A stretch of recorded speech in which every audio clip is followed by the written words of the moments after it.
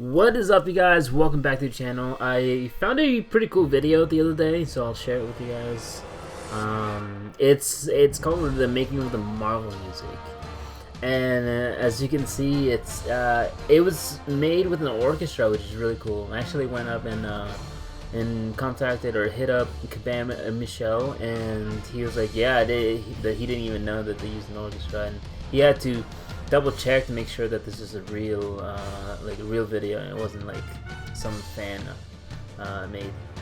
But yeah, it's really cool. The other thing I noticed is that Kabam Mike is actually in this video, a little cameo. You see him right there. That's Kabam Mike. That was a couple years ago, before he was cool. Now I'm playing.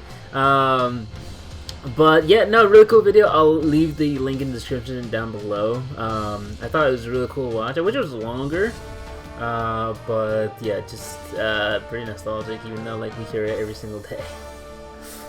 But anyway, on to the Alliance War video.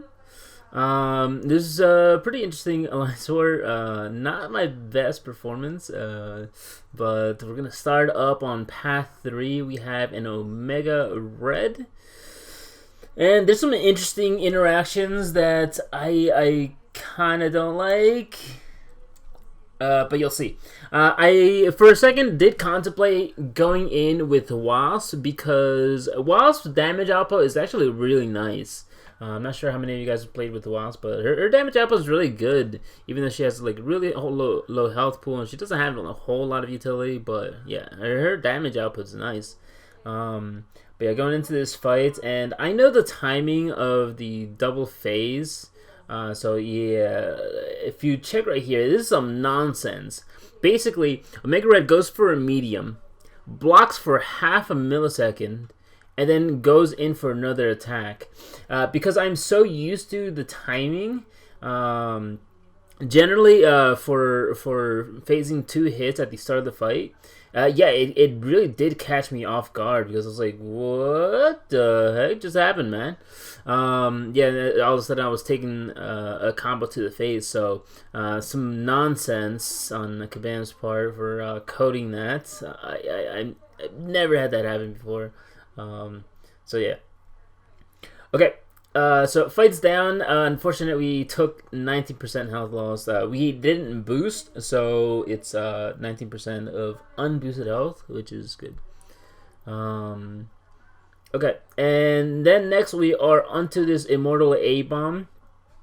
Now the person had died here, and the thing about Immortal A-Bomb is that you really want to use somebody who can so this is the intercept ebb and flow, and so you really do want to be intercepting to take off his debuffs. If he throws an SP1, you start to get into a little bit of a hairy situation. So you definitely do want to be intercepting here.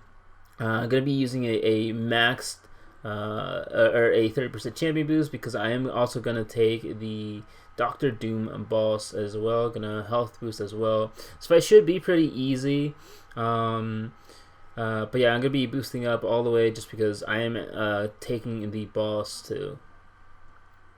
So put on 200% tech, and then I believe I use a power start 1 later on, not for this fight of course, because this guy is already almost down. He has that 40k health, so shouldn't be too much of an issue. I do.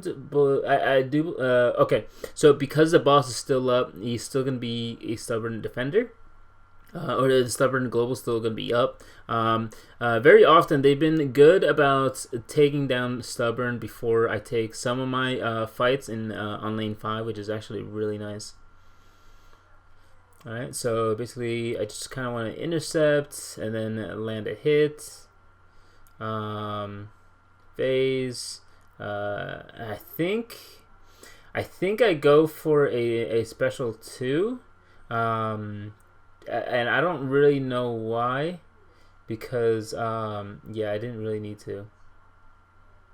Okay, and yeah, I just like looking back at it, I just realized like how much yeah, I don't really know why I went for what I did. So I go for a parry into SP2, but I hit a medium, so that was kind of my mistake. I should have gone to either to 3-hit combo or just into an SP2. Because the person was running limber. Luckily, the second part of the SP2 did hit, so yeah, got pretty lucky there. Next up, we have a Sassy. Sassy is a chunky defender. Luckily, this is only a 5-star at rank 5. Although it wouldn't make that big of a difference with Ghost, because I have the 6-star rank 3 and a 200% tech boost. So I would probably, no matter what, get to an L3. Got the intercept off too, but the only thing is that we can't get damage off. Basically, our only source of damage is going to be our SP2. Gonna go in, and I messed up again where I go for a parry medium into SP2, and you just can't do that.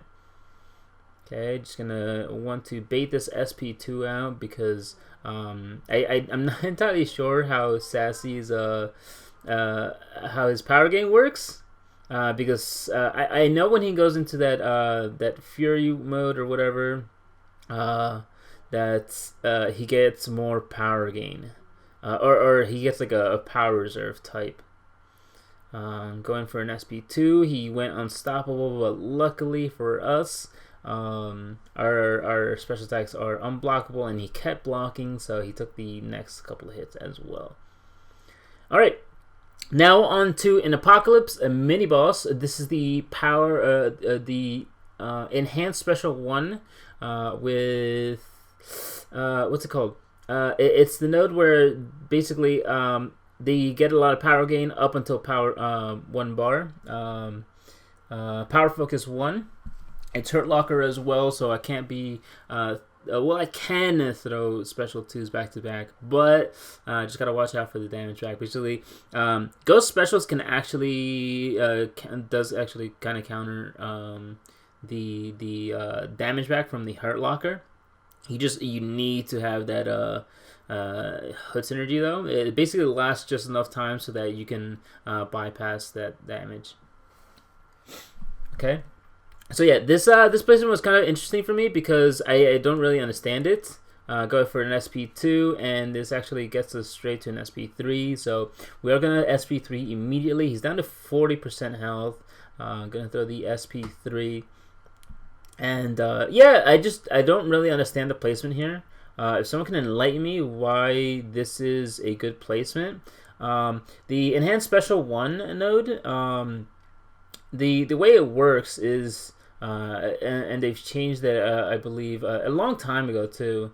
The way it works is that it's either the first melee hit of a special attack is unblockable, or if it's a beam, it'll be unblockable as well. However, if the beam is after the first melee hit, the beam is not going to be unblockable. It has to be the first hit. So like Cyclops special 1, Vision special 1, for example.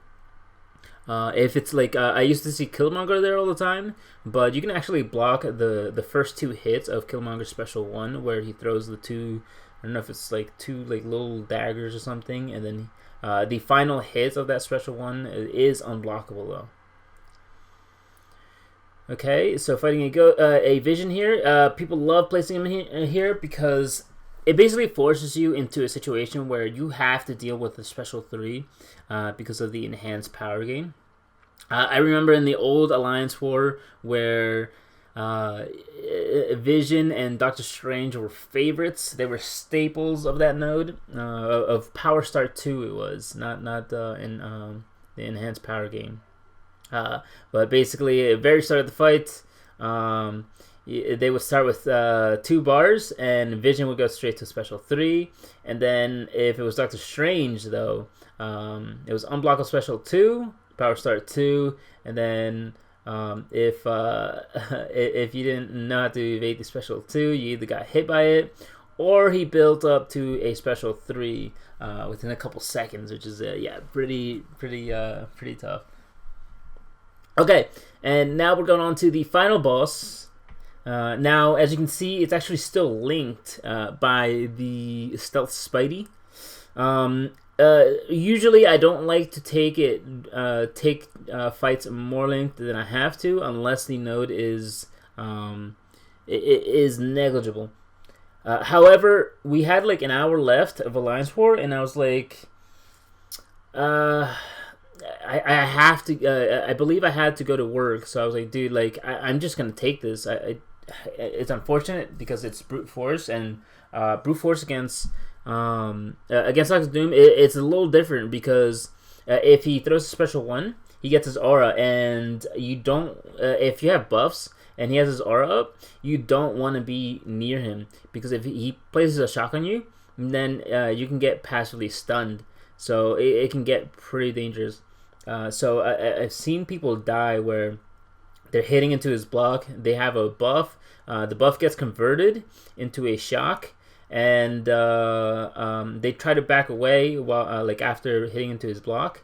And then what happens next is they get passively stunned because Doom goes for a heavy immediately out of the block stun animation.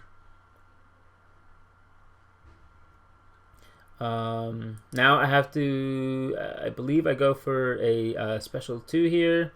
I still do have the hood synergy, but yeah, I just go ahead and bait this special 2, and the special 2 is actually not too bad to evade.